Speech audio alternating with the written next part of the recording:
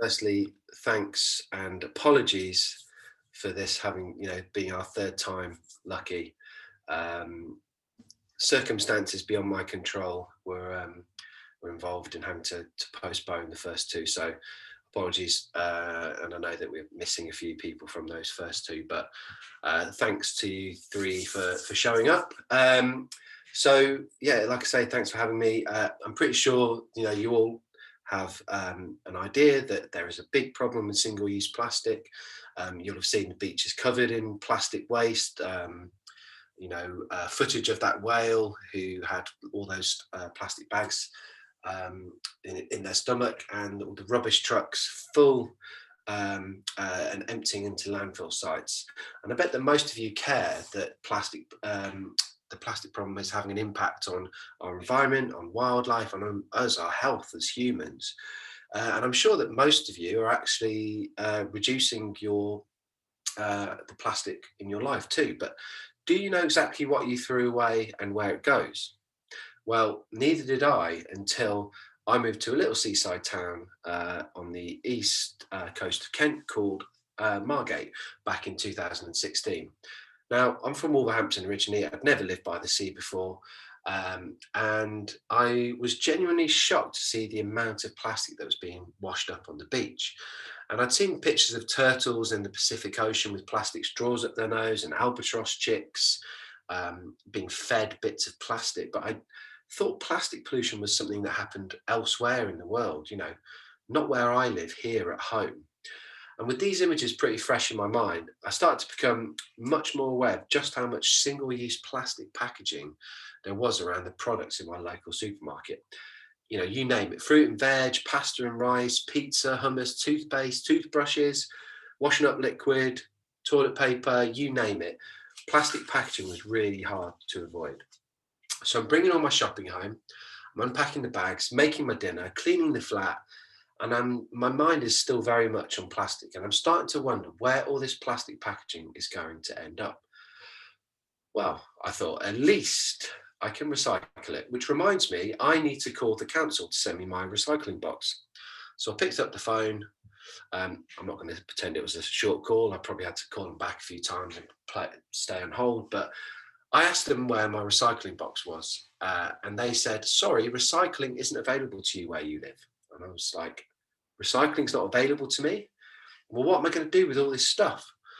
If I don't have recycling, does recycling even work? How much plastic am I throwing away? Is it all food and drink packaging from the supermarket? And what actually happens to my plastic waste? I started to become really conscious and nervous of my personal impact on the waste problem, and whether the choices that I was making were actually polluting the environment. Was I the problem? So I decided to conduct a little experiment and not throw away a single piece of plastic waste that I used for an entire year. So whether I was at home, I was at work, I was at the pub, I was at the cinema, I was on holiday, I would make sure that none of the plastic waste that I produced would be thrown away.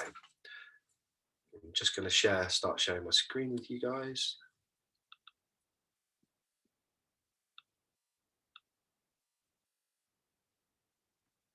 It's full screen. Hopefully you can all see that. Yeah. So as I got towards the end of the year, the bin bags started piling up in my spare room, and I knew I had a story to tell. As much as I was reading and learning more about the plastic problem, I couldn't forget all those initial questions I had. I really wanted to calculate my personal plastic footprint and get an in-depth insight into my consumption habits. Now, obviously, I had absolutely no idea how to do that. But luckily, I met a researcher who did. Earth scientist Dr. Julie Schneider knew exactly what we needed to do. So over the course of 4 days, and with the help of 20 volunteers, we separated, counted, categorised and weighed every single piece of my plastic waste, and we filled the floor of a 2,000 capacity music venue. Now, at the same time, I was working with a photographer friend of mine to make a massive mural of all the plastic waste that I collected for a year. And when I say massive, I mean it was massive. There you go. You can see me in the bottom corner for scale. This massive, huge billboard shows every piece of my plastic waste, whether it was a milk bottle top, a crisp packet, or a giant inflatable watermelon. They all appeared at actual size. And remember, this is just one person's plastic waste. It's beautiful, it's abstract, it's colourful, it's really familiar, but that's not down to any artistic skill from my side. That's the packaging doing its job.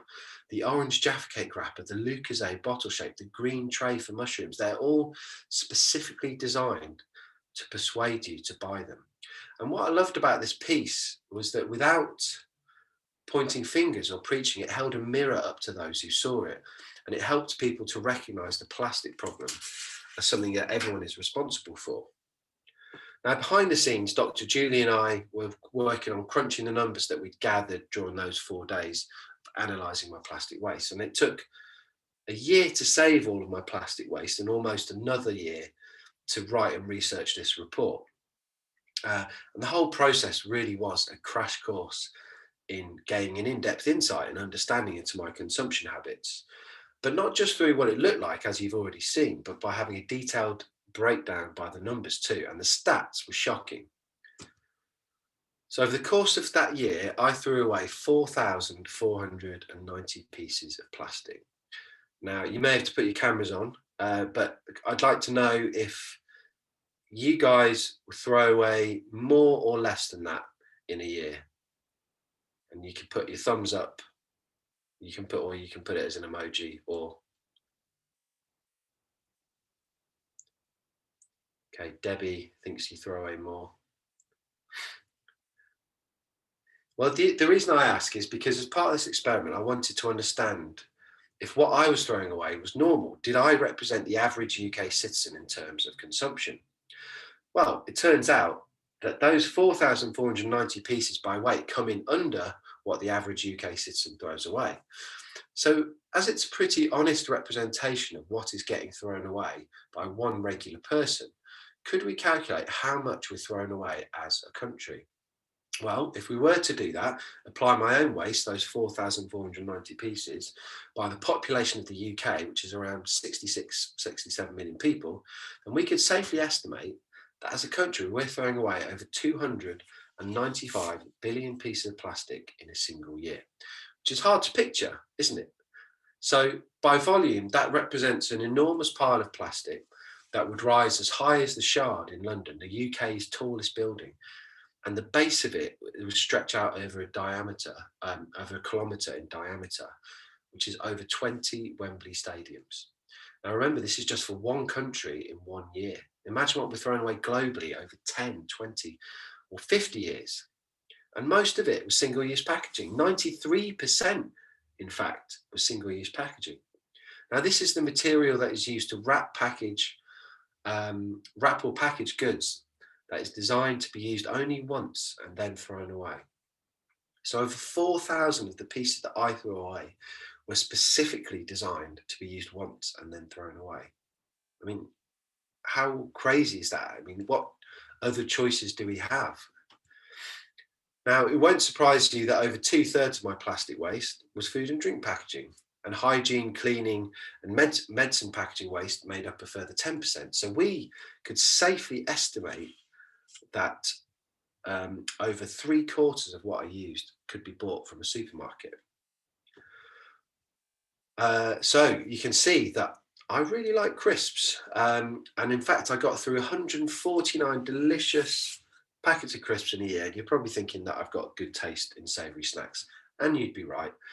But the reason I talk about this is that all these crisp packets are made of multi-layered materials. That foil that you see when you open the packet is actually sandwiched between 2 thin layers of plastic film. Now, not only is this hard for a recycling company to separate these materials, it just wouldn't be cost effective. That soft, flimsy plastic material that would separate is just a too poor a quality, too low a grade, and there's just too little value on the recycling market. So if I'm eating 149 packets a year, and in fact, our research shows that that is under the average as well, then again, we're throwing away billions of crisp packets every year that cannot be recycled. And the same applies to chocolate, sweets, ice cream, even salad bags and fruit and veg, even the stuff that's good for us, it comes in this soft plastic that can't be recycled. And in fact, most of the stuff that we use comes wrapped in this non-recyclable plastic, which is cheap to produce and very lightweight, which is why it's used so frequently. But the material is just of little value to anyone once it's been thrown away. So do you remember me saying that my council told me that recycling wasn't available to me? Well, it felt really important for us to estimate the amount of plastic that is theoretically recyclable versus what wasn't. So what items or pieces do local councils on average collect for recycling? So that little graphic on the back of packaging that reads not currently recycled? Well, we determined that 70% of the plastic waste that I threw away in a year was not currently recycled. So only 30%, less than a third, is currently recyclable. So this picture isn't looking pretty, is it? I appreciate. And I haven't even yet answered that original question I had. What actually happens to all my plastic waste?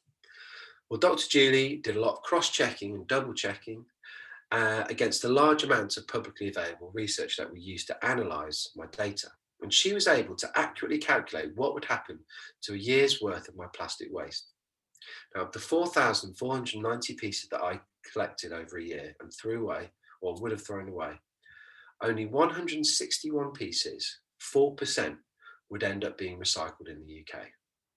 4%. In fact, more of what you put into your recycling bin is shipped abroad for other countries to deal with, most often those with poorer infrastructure and poorer facilities. Now, how does that make you feel? In fact, most of what we're throwing away is getting incinerated, which is a solution that is being employed more and more as countries around the world struggle to deal with the sheer amounts of unmanageable plastic that's being produced. And remember that the raw ingredient in plastic is oil or gas, so burning it releases carbon into the atmosphere, which is in fact accelerating global heating. So I've certainly achieved that initial objective I had, learning more about my personal impact on the plastic problem. By collecting almost 4,500 pieces of plastic in 1 year, I'm perhaps the only person to have ever confronted the stark reality of the global plastic problem through my own individual habits and behaviours. So much so that it changed my life. And I thought that if this experiment could prompt these changes in me, just as one person, what could it do for other people on a national scale? And by offering the public the same experience I had, could we all find a personal connection to the plastic problem and discover our own plastic footprint? So we launched the Everyday Plastic Survey. And we'd worked hard on researching our process and establishing a methodology to analyse the plastic waste and how to calculate a personal plastic footprint. And we wanted to offer that opportunity to everyone. And I knew that having the same experience, I could help inform and galvanise thousands of new campaigners and activists. Now, the brief for this is very simple. You collect your plastic for a week, analyse and record what you use before submitting your data to us into a website to reveal your unique and personal plastic footprint. Now, we've been trialling this with schools and businesses and communities for almost 2 years. Including a really successful one over Zoom during lockdown last year. And I've got some more exciting news to talk about this at the end. But I just want to focus on this for the moment. So we asked everyone, this is everyone who took part, or some people who took part. We asked people to collect their plastic for that week before analysing it together as a group online. And it was great to see people emptying their waste out into their living rooms and gasp at the amount of waste that they'd created in a single week. And here's some pictures of people taking part, with their waste, and that's them entering their data. And after they submitted that data, we crunched the numbers to generate their plastic footprint, which at the time looked like that. Now, this footprint shows you how much of your plastic is food packaging, single-use packaging, how much is recycled or incinerated, and what your consumption would look like if you scaled it up. But most importantly for us was helping people to show where the small changes could be made that make a bigger impact. Now, on an individual level, this helps people to understand and connect with their plastic problem through their own consumption and provides them with real data and personalised tips. But it's not until we see the group data that a picture really starts to emerge. So the lockdown group consisted of 179 households, which is a total of 483 people. And just a quick note, when we come to applying data here, we've taken the averages and the totals for the group. So the average amount of plastic that was thrown away per week was 128 pieces. Between them, they collected and recorded nearly 23,000 pieces of plastic. Now, if all those households threw away the same amounts as they did that week for the whole year, as a group, they would throw away over 1.2 million pieces of plastic. Now, again, if we took that average figure, that 128 pieces per week, and apply it to the rest of the country, we could estimate that the UK throws away almost 3.6 billion pieces of plastic a week, which is over 500 million a day. So these four categories make up 26 on the right, make up 26% of what was thrown away. So only 4 types of product are attributed to over a quarter of what was thrown away.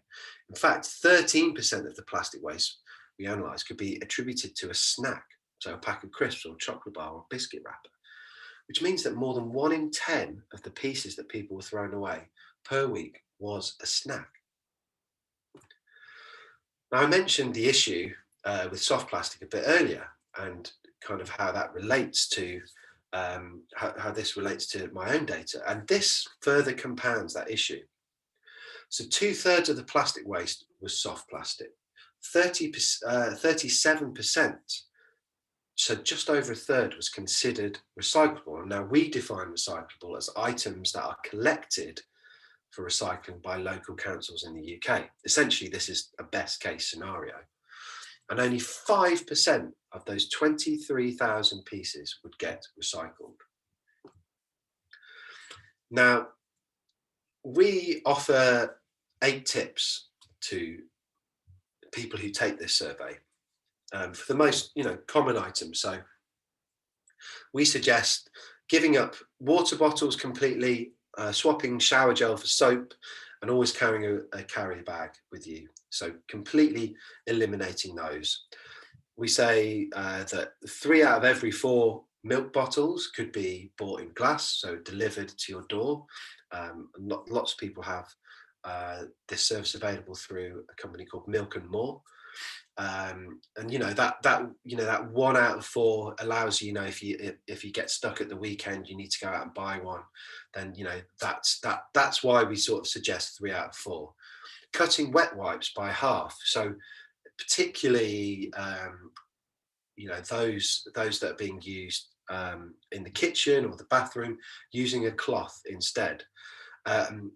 Try buying 1 out of every 4 of your fruit and veg loose. So when you go to the supermarket now, you can there's lots of loose fruit and veg available. So what about just buying 1 out of every 4, picking 4 items per week: potatoes, apples, bananas, or onions, that you buy every single week, and try building it up from there, because it's difficult to completely avoid plastic wrapped around fruit and veg. And the same can apply to meat and fish. Try taking your reusable container to the fishmonger or the butcher at the supermarket, or even to your local fishmonger or butcher. It actually works out. You can actually do that. And 10% of snacks, are buying 1 out of every 10 unwrapped, or even just cutting that out or making your own at home. Now, if the group applied these tips to the plastic waste that we analysed, between them, they could reduce the weekly total by just over 1,700 pieces.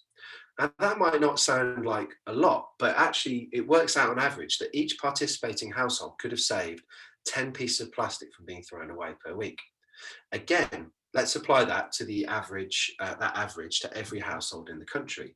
Just by adopting these 8 realistic and achievable tips, we could prevent 268 million pieces of plastic waste from being thrown away per week. That's over 30 million a day. Over a year, that would add up to 14 billion. And even if just 25% of households across the country really strictly implemented these tips, by our calculations, and using the data that we've collected from this survey, we could prevent 3.4 billion pieces of plastic from being thrown away. Now, I mentioned, we were able to compare the results to our pre-lockdown surveys. So we said that 128 pieces were collected on average by households during lockdown. Pre-lockdown, the average was 99 pieces per week. So between a 25 and a 30% increase. So this is realistically down to the fact that people are at home much more. But that shouldn't mask the real issue. There is simply too much single-use plastic in circulation. And with production expected to rise dramatically over the coming years, we're going to see more and more of it in our bins unless something is done. So I'm just going to cut the share. Bear with me.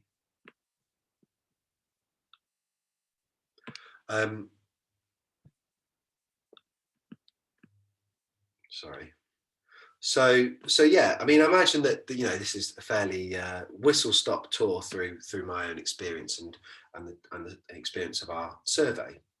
But actually, something really exciting has happened over the last year, and we are going to be working with Greenpeace on this, on actually launching the Everyday Plastic Survey as a major national event, which is going to happen next May from the 16th to 22nd. So we're looking for schools, households, communities, businesses, groups to take part in this.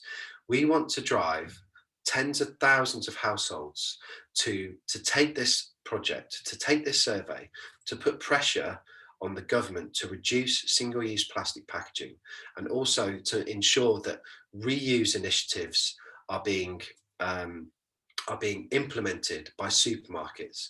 The power that we have together to collect this level of data probably has never been seen before, and this really is our moment to put the pressure on the government. The Environment Act, which you may have heard, is actually under consultation during this campaign. So we really have an opportunity to inform the government as to what direction they should take on single-use plastic. So it's really exciting. I want to be able to share more, and perhaps Corey, we can come back at some point next year to share more details about the project and how you can sign up, how to take part. But it's really exciting. It's obviously, the work that we've done over the last 2 years has really built a foundation for us to take this to Greenpeace, and Greenpeace are, going to turn it into this huge campaign. So hopefully from early next year, you'll be hearing much more about it. So yes, but yeah, I imagine that, like I say, a lot was quite overwhelming. It's a lot of data has been presented today. And it's really easy to feel overwhelmed and overburdened and wondering how we're going to get out of this mess. But I think it is important to be optimistic. And I think what this project can show you, that it can help you fast track your awareness and your understanding of the problem. Like I just said, it can change how we consume ourselves, but also can change what we want and expect from our brands and politicians. But most importantly, I want to show that individual actions, when taken together, make a massive difference. So thank you very much for listening. I'd love to hear from any of you if you've got any questions about either the campaign or just about plastic waste in general, about the project. So please let me know. Hi, Debbie. Sorry, I've got a few questions, if you don't mind. Sure. But just tell me to shut up if somebody else wants to join in. One of the things that I'd read somewhere was that the use of the packaging on fruit and vegetables significantly prolongs the shelf life of the vegetables, and then therefore reduces food waste. And this was something I read by the Centre for Alternative Technology people had written it in their magazine, and it's just one of those things, isn't it? It's a case of what is the best thing to do, but sort of linked to that, why can't we use cornstarch packaging? You know, because that is getting gaining a bit of momentum, I think. But you know, why can't we use sort of more natural packaging for stuff? Because you know, I know it's not as durable, but for the amount of time that veg stays fresh anyway, you'd have thought that it would be enough. I don't know the research, the science behind it all.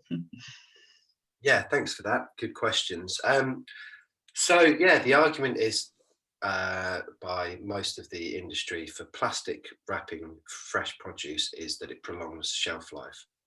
However, there was a report a couple of years ago about by Friends of the Earth, which actually showed a link between the rise in plastic packaging waste and the rise in food waste.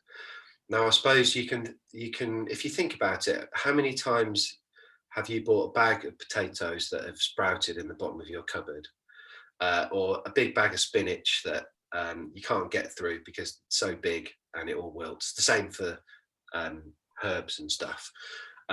So I think what plastic packaging on fresh produce does is enables shoppers to purchase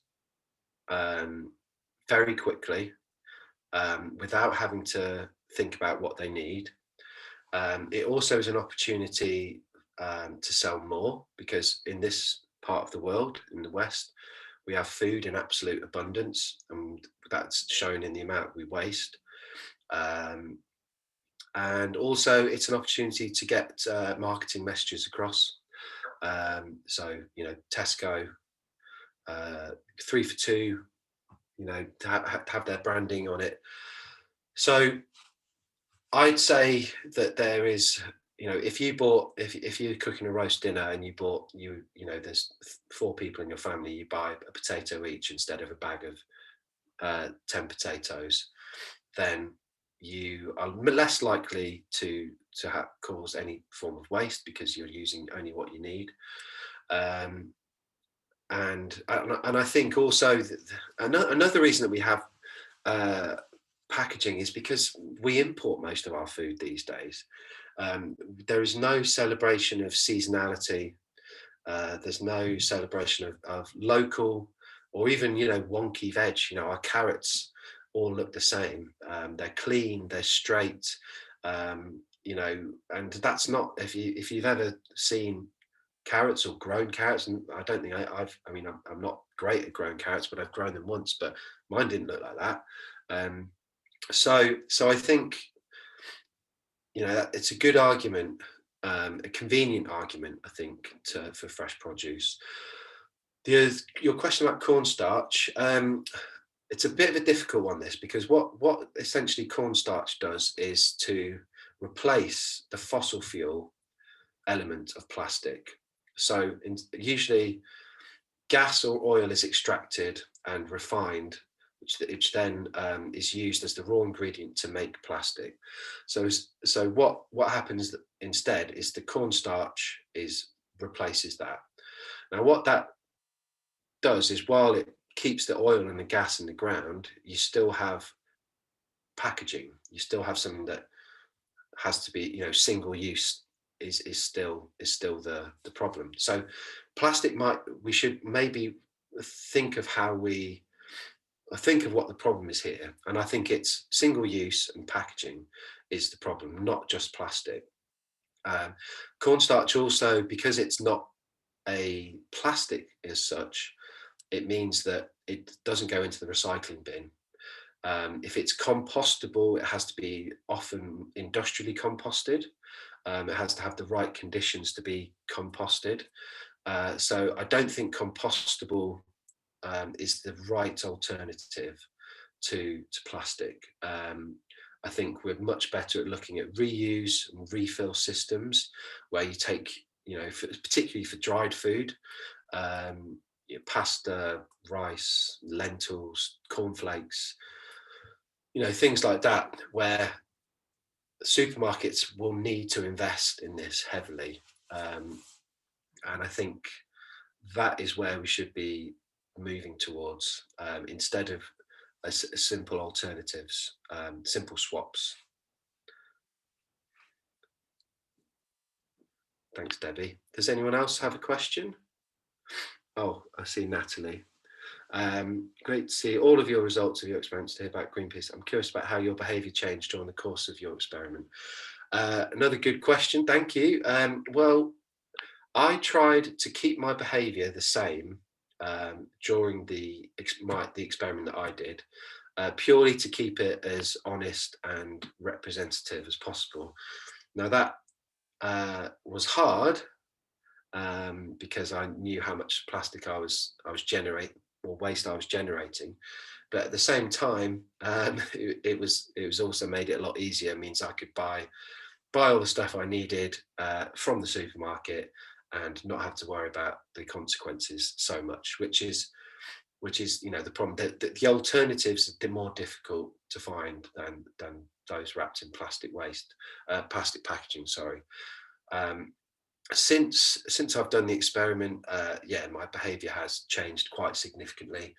Not just around the things that I buy from the supermarket, but also just how I buy clothes, and I buy all of my anything. I look for second-hand options. I keep things for longer, repair things if I can. I try and buy in bulk. I try and do the reuse. But that all said, I can't completely eliminate plastic from my life. It's if I give you an example of toothpaste, for example, I don't know if any of you have tried toothpaste from a jar. Firstly, it's about £9, and you can buy toothpaste in a tube for about £2 or £1. Secondly, it doesn't taste great. I quite like the minty freshness of an Aquafresh or a Colgate, for example. So until there are options, affordable and refillable or reusable options, that I'm kind of stuck with that for the moment. Debbie, TerraCycle, yes, good question. So TerraCycle is a tricky one, because what happens while it keeps things out of the system, while it keeps things out the waste stream, they don't get turned back into the products that they were once. So like crisp packets will not get turned back into crisp packets. What will happen is they will turn into park benches, or they'll turn into the granules that go on to make park benches, or drain pipes, or things like that. Very functional things that that don't have any use. So you still need to create new plastic every time you want to make a crisp packet. Also, and I think TerraCycle, there's a documentary coming out next year which shows TerraCycle products, or products that TerraCycle have collected, actually baled up and at an incineration plant in Turkey. So I think there are a few issues with TerraCycle, and I wouldn't totally rely on TerraCycle as an option. My advice would be to recycle as best as you can, even though recycling isn't the best solution. I think the main thing is to try and recycle better. Don't put just everything into the recycling box. Bottles are collected by every single council in the country, so you can safely assume that your bottles have the best opportunity or best chance of being recycled. I think obviously looking at reduce, reuse, refill, they're the I think that's where the future is. You know, TerraCycle probably has a function, but I think you've always got to be skeptical about these things, because brands pay TerraCycle to collect, to be part of that, and it gives brands the opportunity to say, hey, TerraCycle collectors, that's great, isn't it? So carry on, we can just carry on, producing and creating our packaging. So always be, I think I've always, as difficult as it is, always be sort of skeptical about these sort of initiatives, and any brands that have really green packaging and say eco and organic and recyclable and compostable. I think that's it's important to really have a bit of skepticism. Claire, how did the relationship with Greenpeace start? Did they approach you? So I've been talking to Greenpeace for about a year, well, just over a year now, and we were talking. We talk, because we share knowledge, and we decided about in March, April this year that we would do this project together. They were looking for a citizen science experiment, excuse me, like to engage supporters of theirs. They've got a lot of supporters, and I think this just fit the bill really well for them. And obviously it's a great thing for us to be affiliated with Greenpeace, and for them to be able to take the project to the next level. It helps us with our funding as well, with our visibility and what we want to do to grow our organisation as well. So, and obviously the main thing is that I always felt that this could have an impact at policy and business level. So it's exciting to see that possibility sort of materialize, and hopefully we can get enough people engaged, and we'll need people like you to be out there shouting and recruiting people, but just to try and get as many people as possible to do this, so we can put the pressure on where it needs to be, which is the government, which is we're going top level. Boris Johnson, he's the one that's answerable to this. So we'll and the aim is to try and do this every year. So we're always gathering data. It's always a presence in the calendar, and it always we're always making it bigger and better every year and putting pressure on, because we can't stop what we're doing or give up. I think this is a big fight, and it's we talk about climate, the climate crisis. It's all inextricably linked. So I think understanding the plastic problem helps people to understand to understand the climate crisis. In my opinion, I think it helps you to learn about fossil fuel extraction and waste and consumerism, and lots of the systemic problems that there are. So, any other questions? Thanks for all those so far. Yeah, I can send them over to Corey, Debbie. But please do follow us on Instagram and sign up to our mailing list. Oh, thanks, Corey. Yeah, and make sure that you follow us, and please do. Probably in January next year, we'll start talking about the survey, which is actually going to be called the Big Plastic Count. So yeah, please do support us there, and hopefully Corey can come back at some point in January, February, and talk to you a bit more about what that was going to entail.